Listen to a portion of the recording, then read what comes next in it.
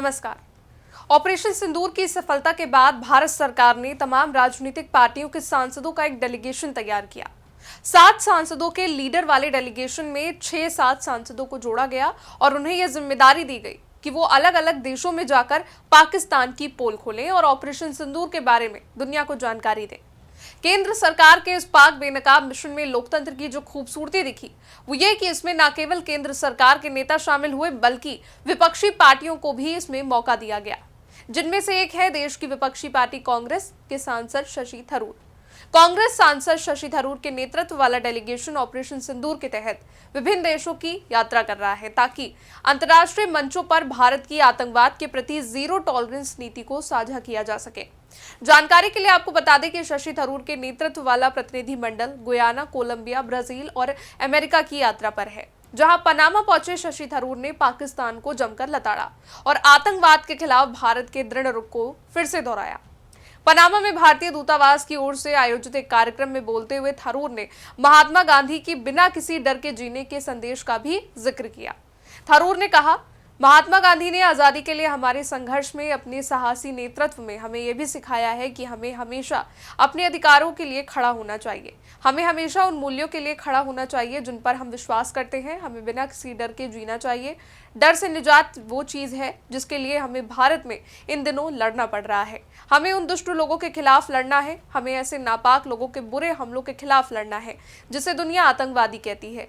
ऐसे दुष्ट लोग मानते हैं कि हमारे देश में आकर निर्दोष लोगों को मारकर और फिर से भागकर वो बच जाएंगे। उन्हें लगता है कि इस तरह की हरकत करके वो किसी तरह किसी बड़े राजनीतिक या धार्मिक मकसद को हासिल कर लेंगे।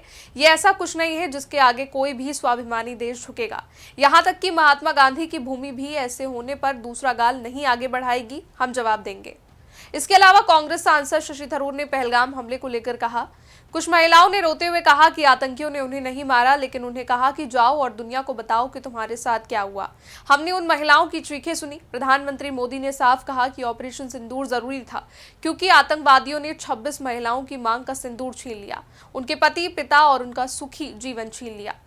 ऑपरेशन सिंदूर पर बात करते हुए कांग्रेस सांसद शशि थरूर ने कहा, जब हमने आतंकी मुख्यालय पर हमला किया तो कई खूंखार आतंकी मारे गए। निश्चित रूप से उनका अंतिम संस्कार भी किया गया। उस अंतिम संस्कार में कुछ बहुत ही प्रमुख लोग शामिल हुए। कम से कम एक व्यक्ति ऐसा था जिसका नाम संयुक्त राष्ट्र प्रतिबंध समिति की ओर से वहां सूचीबद्ध किया गया था। ये पाकिस्तानी सेना और पुलिस के लिए सबसे खतरनाक क्षेत्रों की वर्दीधारी लोग थे जो नामित आतंकवादियों के अंतिम संस्कार में शोक मना रहे थे।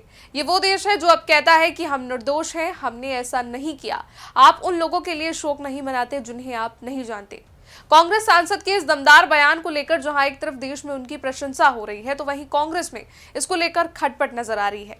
कांग्रेस के नेता अब शशि थरूर के बयान पर उनको घेरने का काम कर रहे हैं। दरअसल पनामा में आतंकवाद के खिलाफ भारत की रणनीति पर स्पष्ट बोलते हुए शशि थरूर ने 2016 के सर्जिकल स्ट्राइक और 2019 के बालाकोट स्ट्राइक का जिक्र किया और कहा, हाल के वर्षों में ये भारत की रणनीति बदली है और आतंकियों को भी मालूम पड़ चुका है कि अगर उन्होंने भारत पर हमला किया तो उन्हें भारी कीमत चुकानी पड़ेगी और इस पर किसी को संदेह नहीं होना चाहिए।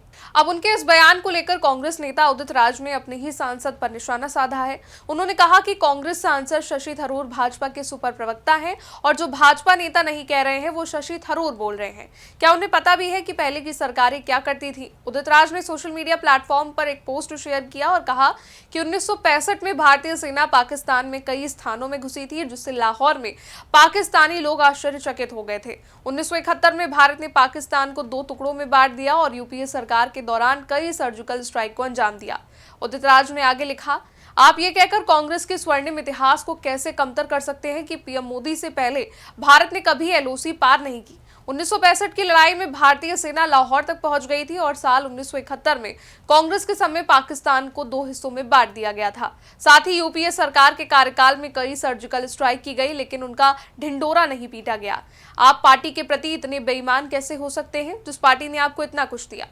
अब उदित राज के इस बयान पर राजनीति गर्मा चुकी है और सवाल उठ रहे हैं कि क्या अपने ही देश पर बात करना सरकार की चापलूसी करना है? आखिर कांग्रेस पार्टी जो आतंक के खिलाफ और पाकिस्तान के खिलाफ सरकार के साथ एक मत की बात कर रही है वो आखिर क्यों अपने ही नेता के बयान पर सवाल उठा रही है, जिसको लेकर भाजपा के राष्ट्रीय प्रवक्ता शहजाद पूनावाला ने तीखी प्रतिक्रिया दी है और आरोप लगाया कि कांग्रेस ने गांधी के कहने पर थरूर पर हमला करने के लिए उदित राज को ऐसे समय में लगाया है जब कांग्रेस सांसद शशि थरूर के नेतृत्व में सर्वदलीय भारतीय प्रतिनिधि मंडल अंतर्राष्ट्रीय मंच पर पाकिस्तान को बेनकाब करने के लिए विदेश में है। उन्होंने कहा कि कांग्रेस जो अपने ही नेता पर मिसाइल दाग रही है, पाकिस्तान के खिलाफ एक शब्द भी नहीं बोलेगी। राहुल गांधी के इशारे पर शशि थरूर पर हमला किया जा रहा है क्योंकि शशि थरूर ने भारत को प्राथमिकता दी, ना कि परिवार को। उन्होंने राष्ट्रीय हित की बात की, ना कि अपनी पार्टी के हित की। उन पर इसलिए हमला किया जा रहा है क्योंकि उन्होंने राष्ट्रीय नीति को वोट बैंक से ऊपर रखा। कांग्रेस ने सर्वदलीय बैठक में कहा था कि वो इस मुद्दे पर देश और भारतीय सशस्त्र बलों के साथ हैं, लेकिन वो अपने व्यवहार में लगातार दोहरे मापदंड प्रदर्शित कर रही है। यही नहीं, केंद्रीय मंत्री किरेन रिजिजू ने थरूर का समर्थन करते हुए कहा, कांग्रेस को क्या चाहिए, उन्हें देश की कितनी परवाह है, क्या वो चाहते हैं कि भारतीय सांसद विदेश जाकर भारत और प्रधानमंत्री के खिलाफ बोले? राजनीतिक हताशा की भी कोई सीमा होती है। फिलहाल अब उदित राज के इस कटाक्ष को लेकर शशि थरूर ने भी कांग्रेस पर तंज कसा है। कांग्रेस नेताओं की आलोचना के निशाने पर आए शशि थरूर ने पलटवार किया। उन्होंने पनामा से सोशल मीडिया पर साझा अपनी एक पोस्ट में कहा, पनामा में एक लंबे और सफल दिन के बाद मुझे मध्यरात्रि में ही कोलंबिया के लिए निकलना है, इसलिए मेरे पास इन सब के लिए समय नहीं है। लेकिन जो अति उत्साही लोग बयान की आलोचना कर रहे हैं, उन्हें बता दूं कि मैं केवल आतंकवादी हमलों के खिलाफ जवाबी कार्रवाई के बारे में बात कर रहा था, ना कि पिछले युद्धों के बारे में। मैंने बताया कि पूर्व में आतंकी हमलों का जवाब देते हुए हमने एलओसी और अंतर्राष्ट्रीय सीमा का ध्यान रखा था, लेकिन हाल के वर्षों में इस सोच में बदलाव आया है। लेकिन हमेशा की तरह ट्रोल्स और मेरे आलोचक मेरे शब्दों को तोड़ मरोड़ कर पेश करेंगे, लेकिन मेरे पास ज्यादा बेहतर चीजें हैं करने के लिए। शुभ रात्रि। सोचने वाली बात यह है कि जब दूसरे देश में भारत का सर्वदलीय प्रतिनिधि मंडल अपने देश को रिप्रेजेंट कर रहा हो और आतंकवाद के जनक पाकिस्तान की करतूतों को बेनकाब कर रहा हो, तो ऐसे वक्त में भी क्या कांग्रेस नेता उदित राज को इस तरह का बयान देना चाहिए? शशि थरूर जो वैश्विक मंच पर भारत का नेतृत्व कर रहे हैं और देश की आतंकवाद पर जीरो टॉलरेंस नीति को दुनिया के सामने रख रहे हैं, ऐसे में कांग्रेस क्या किसी भी पार्टी के नेता को और सांसद को हर हाल में संयमित बयानबाजी करनी चाहिए और आतंकवाद जैसे गंभीर मुद्दों पर राजनीति करने से बचना चाहिए। इस रिपोर्ट में बस इतना ही। देश दुनिया से जुड़ी तमाम बड़ी खबरों को जानने के लिए आप देखते रहिए इंडिया पब्लिक खबर। शुक्रिया।